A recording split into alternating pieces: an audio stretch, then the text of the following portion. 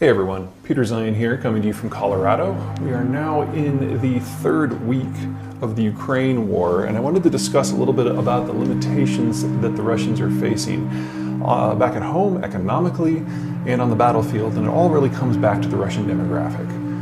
The Russian system has faced a number of serious trials and tribulations over the course of the last century. The defeat in World War I gutted a whole generation of young men, which then was insufficient to repopulate, and that generation, the following generation, was gutted in World War II. Khrushchev forced everybody into condos, which reduced the birth rate. Brezhnev presided over a decade of stagnation, which reduced the birth rate. And then ultimately, with the Soviet collapse in 1989, we entered a decade period where the birth rate halved and the death rate doubled. That has generated a massive demographic bomb within the Russian system, and there simply are no longer enough Russians remaining to repopulate the country over the course of the next 30 years.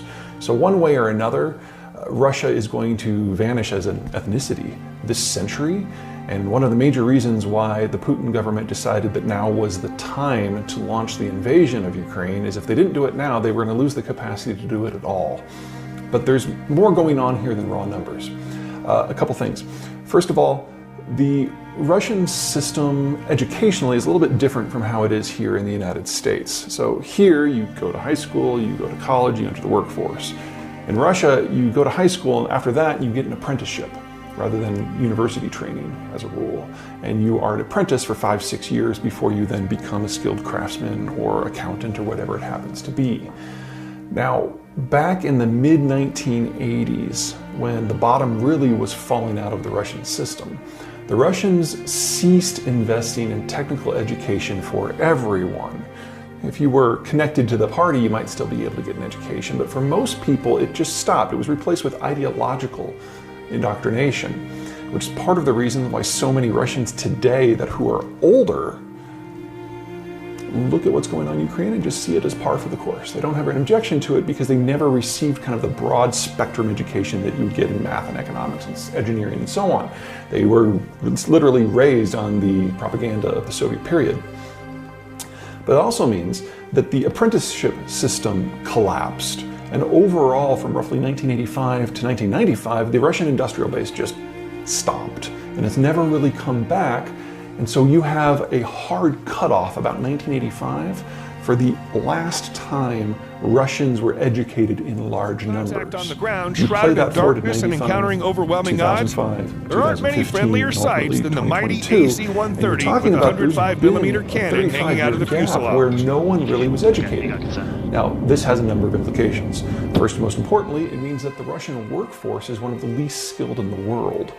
During the 1990s, when the bottom fell out of the system, over 2 million Russians emigrated to the West in order to find greener pastures. We're seeing an echo of that now.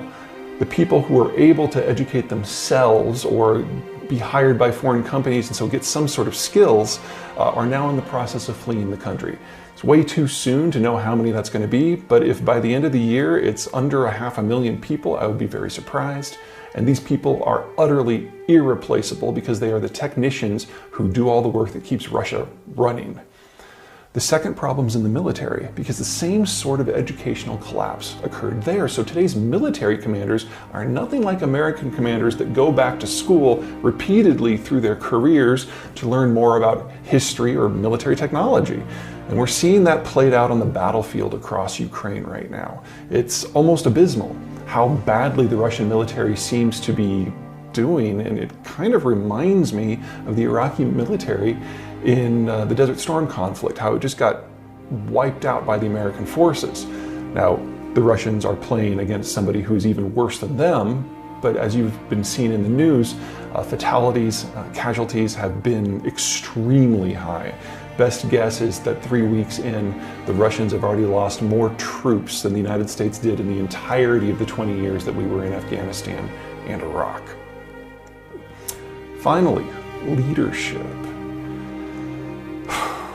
In the late Soviet period, starting in roughly 1982, the KGB took over the government. Yuri Andropov, Mikhail Gorbachev, Chernenko, these were all KGBers.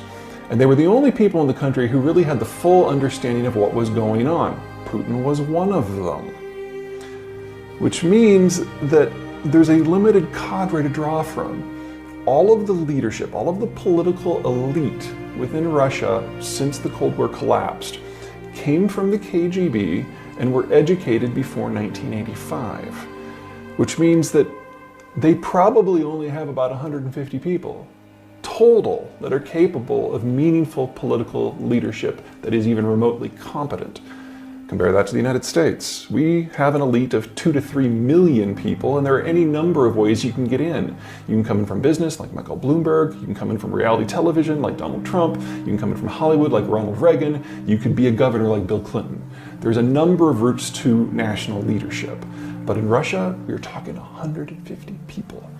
So every time someone gets sick and dies from COVID, or slips in the shower and falls on some bullets, or ties themselves to a lawn chair and throws themselves in the pool, you are talking about an irreplaceable chunk of talent.